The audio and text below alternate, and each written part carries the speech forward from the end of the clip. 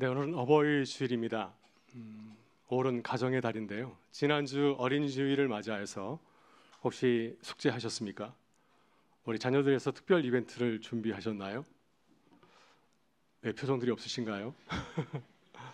네, 저는 지난주 우리 교회 앞에서 말씀을 전하였기 때문에 제니아와 함께 카드를 준비하고 또 작은 선물을 자녀들에게 전했습니다. 저는 아내가 카드를 작은 걸 사올 줄 알았습니다.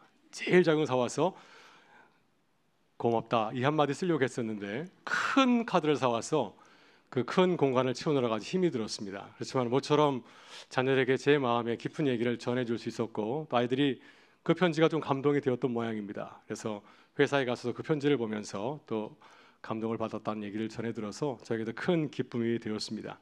오늘은 어버이 주일입니다. 오늘도 우리 어버이 주일을 맞이해서 부모님에게 작은 감동을 주는 숙제를 잘 하실 수 있기를 바라고요. 그래서 오늘 우리들의 모습을 통해서 우리 부모님들이 또 기뻐하고 감사하는 복된 하루 되시기를 주의 이름으로 축원합니다. 오늘 주신 에베소서 6장 1절과 3절의 말씀은 초대교회 성도들의 가정의 부흥을 소개하고 있습니다. 사도 바울이 에베소서 편지를 보냈는데 이 에베소 교회 성도들은 대부분 이방인들이었고요. 이방인 사회에서 소수로 살아가던 그리스도인들이었습니다. 하지만 그들은 가정 생활에서도 그리스도인으로 살고자 하였습니다. 하나님께서 나를 하나님의 자녀로 받아주셨는데 그 은혜를 밖에서만 이렇게 표현하는 것이 아니라 가정에서도 감사하는 삶을 살고자 하였습니다. 그들이 가정에서도 하나님의 자녀로서 은혜에 감동받아서 살아가는 그 모습이 많은 이웃들에게 큰 감동을 주었고 또한 도전을 주었습니다. 에베소 교회 성도들이 살아가던 그 시절의 가정은 어떤 가정이었을까요? 지금의 가정과는 많이 달랐습니다. 당시에는 지금처럼 핵가정이나 1인 가정 같은 것은 거의 없었고요. 당시의 가정은 큰 공동체로 이루어져 있었습니다. 또 각 가정을 보게 되면 크게 세 부류의 이 사람들이 모여 있었습니다. 첫째는 종과 주인이었습니다. 주인이 있고 종이 있었습니다. 가정의 주인이 있고 또 주인을 섬기는 식소들과 하인들이 있었고요. 또 두 번째는 이제 남편과 아내입니다. 부부가 가정 안에 있었고요. 그리고 세 번째는 부모와 자녀들입니다. 부모님이 있었고 또한 자녀들이 가정에 있었습니다. 초대교회 성도는 그들이 하나님을 섬기고 사랑하듯이 가정에서도 서로 사랑하고 섬기는 공동체를 세우고자 하였습니다. 우리가 하나님과 관계를 맺지 않습니까? 하나님의 자녀로서 사랑의 관계를 맺는 것처럼 가정에서도 마찬가지로 이러한 서로를 배려하고 존중하는 사랑의 공동체를 세워가고자 하였습니다. 주인과 종 사이에, 그리고 남편과 아내 사이에, 그리고 부모와 자녀 사이에 서로 아름다운 사랑의 관계를 맺는 그런 가정을 세워가기를 원하였습니다. 그래서 우리 에베소서 5장 20절과 21절의 말씀은 당시 교회의 중요한 모토를 보여주고 있는데 우리 이 에베소서 5장 20절과 21절의 말씀을 우리 천천히 같이 한번 읽어보겠습니다. 범사에 우리 주 예수 그리스도의 이름으로 항상 아버지 하나님께 감사하며 그리스도를 경외함으로 피차 복종하라. 그래서 피차 복종하라. 한 사람만 복종하는 것이 아니라 주인과 종, 남편과 아내, 부모와 자녀가 서로를 바라보면서 그리스도를 섬기는 그 모습으로 피차 복종을 하는 것이 당시 교회의 중요한 모범이었습니다. 따라서 초대교회 성도들은 세상의 방식이 아니라 하나님 나라의 질서를 따른 대한 공동체를 가정에 세우고자 하였습니다. 그래서 그들은 가정을 작은 하나님 나라로 생각하였습니다. 하나님을 왕으로 모시는 작은 나라가 바로 가정이었다 생각하였습니다. 그래서 그들은 각자의 자리에서 자신의 주어진 역할과 사명이 있지 않습니까? 주인과 종의 사명이 있고 남편과 아내의 역할이 있고 또 부모와 자녀의 관계가 있습니다. 자신에게 주어진 자리에서 내게 주신 역할과 사명을 잘 기쁨으로 감당하고자 하였습니다. 오늘날 우리 가정은 전통적인 형태에서 이제 새롭게 많이 변하는 가운데 있죠. 그래서 가정의 모습이 많이 달라져 가고 있습니다. 핵가정화되고 있고 1인 가정이 늘어나고 있는 가운데 참 많이 있습니다. 예전에는 큰 가족을 이루었는데 지금은 많이 가정이 축소된 느낌을 받지 않습니까? 또 가정에서 이제 부모를 대하는 자녀들의 태도도 예전과는 많이 달라졌습니다. 그럼 우리는 이러한 시대적인 흐름을 완전히 예면하거나 부정할 수는 없지만 우리는 우리 식으로 살 거야라고 우리의 모습을 고집할 수도 있겠지만 그러긴 힘들지만은 주 안에서 가정의 의미를 다시 되새겨 보아야 됩니다. 이렇게 변하는 시대 가운데서 가정의 모습이 점점 변해져 가고 있는데 이제는 부모님과 함께 살지 못하고 부모님과 따로 떨어져 살고 있는데 이런 관계 속에서 어떻게 부모님을 잘 섬길 수 있을까? 이것을 고민하고 기도해야 되고요. 또 이러한 고민하는 모습, 또 기도하는 모습이 오늘을 살아가는 그리스도인 자녀들의 마땅한 모습인 줄 믿습니다. 대중소통 전문가인 김창옥 씨는 인간관계에서 매우 중요한 한 가지를 강조하고 있습니다. 우리는 서로 관계를 맺고 살아가고 있지 않습니까? 가정 안에서도 많은 관계가 있습니다. 남편과 아내의 관계, 부모와 자녀의 관계도 있고요. 이웃과의 관계도 있고 교회 안에서 성도 간의 관계가 있습니다. 수많은 인간관계가 있는데 우리가 관계를 잘 하기 위해서 필요한 것이 무엇일까요? 건강하고 행복한 관계를 유지하기 위해서 꼭 필요한 것은 뭐냐면 사람과 사이에 적정한 거리를 잘 유지하며 살아가는 것입니다. 여러분 한번 생각해 보시길 바랍니다. 우리가 수많은 관계를 맺고 있는데 내 주변에 있는 사람이 너무 가까이 다가오게 되면 부담이 될 때가 있습니다. 그래서 어느 정도 거리가 떨어져야 되는데 너무 가까이 다가오게 되면 부담을 느끼게 되고요. 그렇다고 해서 너무 멀어지게 되면은 1년에 한 번도 전화 안 하면 아무리 가까운 사이라 할지라도 친밀한 관계를 유지할 수가 없습니다. 그래서 적절한 관계가 무척 필요한데 이 김창옥 씨는 적정거리 유지에 적정거리의 중요성을 강조하면서 비유로 어떤 얘기를 하냐면요. 태양과 행성 사이의 거리를 얘기하고 있습니다. 여러분 지구와 태양 사이의 거리가 얼마나 될까요? 다들 아시지만 제가 대신 말하겠습니다. 약 1억 5천만 킬로미터가 된다고 하고요. 달과 지구 사이 거리가 얼마나 될까요? 다들 아시겠지만은 38만 4천 킬로미터가 된다고 합니다. 이 거리가 굉장히 중요합니다. 만약 이 거리가 조금 가까워지거나 멀어지게 되면 어떤 일이 벌어지게 될까요?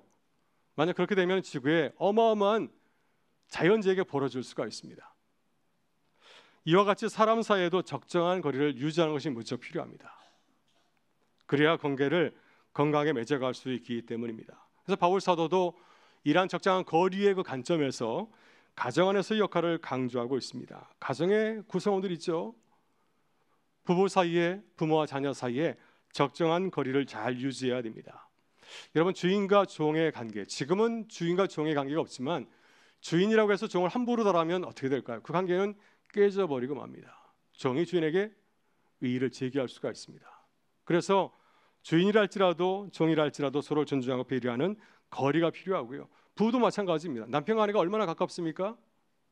둘이 한 몸이 된 사이가 아닙니까? 그렇지만은 부부 사이에도 서로 적정한 거리를 유지하면서 사랑하고 존중해야지 그 관계가 아름답게 유지가 될 수가 있습니다. 오늘 보면서 말씀을 하고 있는 부모와 자녀의 관계도 마찬가지입니다. 여러분 특별히 자녀가 부모에 대해서 어떤 거리를 잘 유지해야 될까요?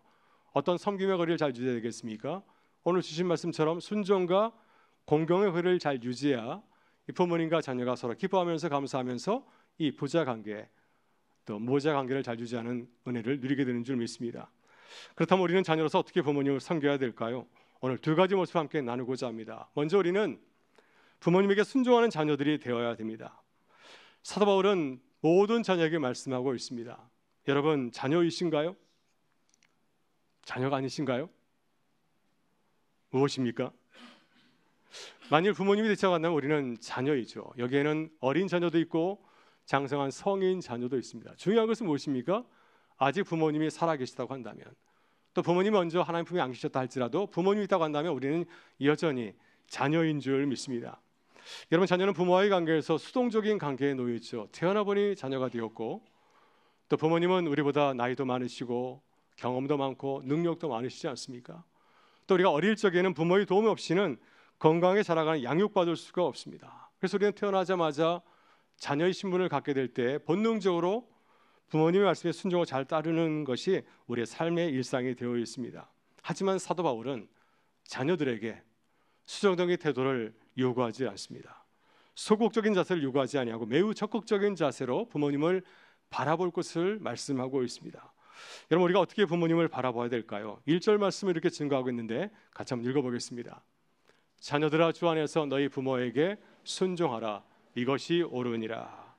새한글 성경 어린 자녀를 해서 쉽게 번역한 새한글 성경은 이렇게 번역하고 있는데요. 같이 한번 읽어보겠습니다.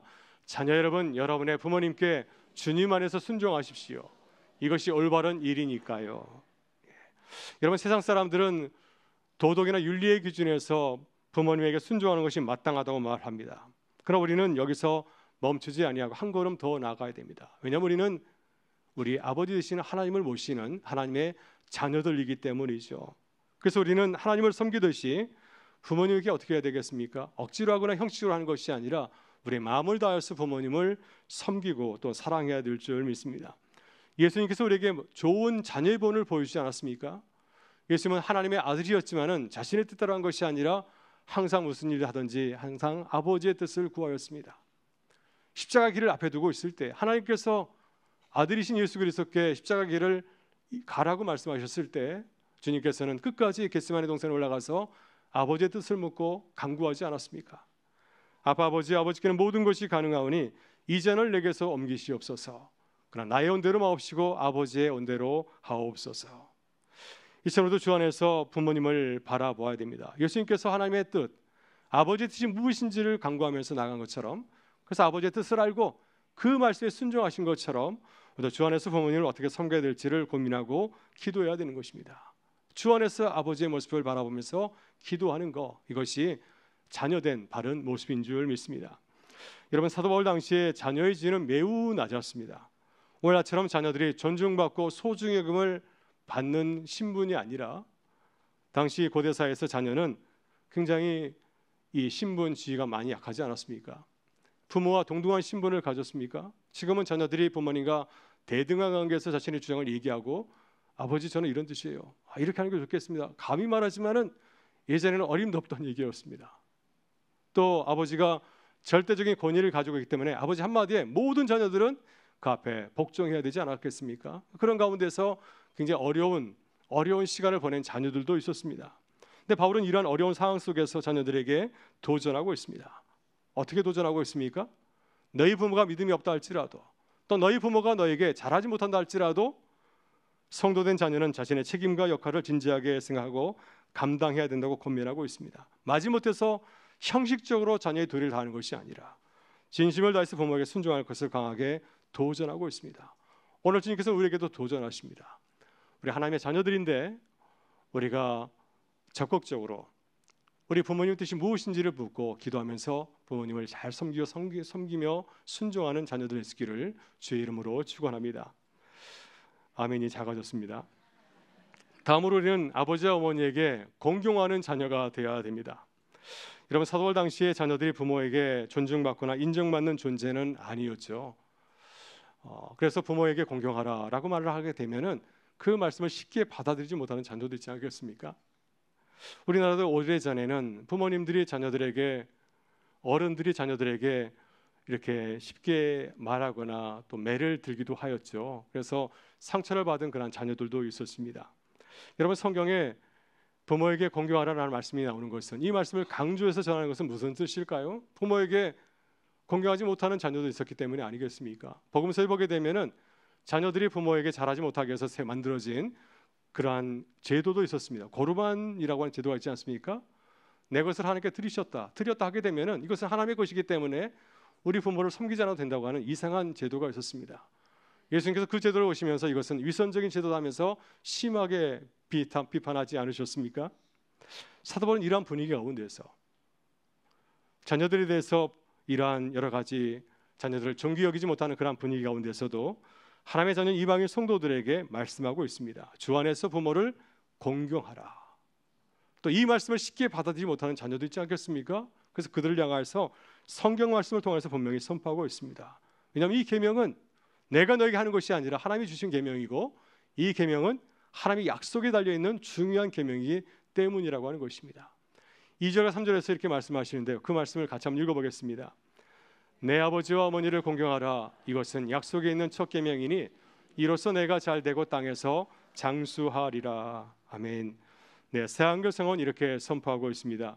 너희 아버지와 어머니를 받들어 모셔라. 이것은 약속을 포함하고 있는 첫 번째 계명입니다. 그 약속은 내가 잘되고 땅에 오래 살 것이다 한 것입니다.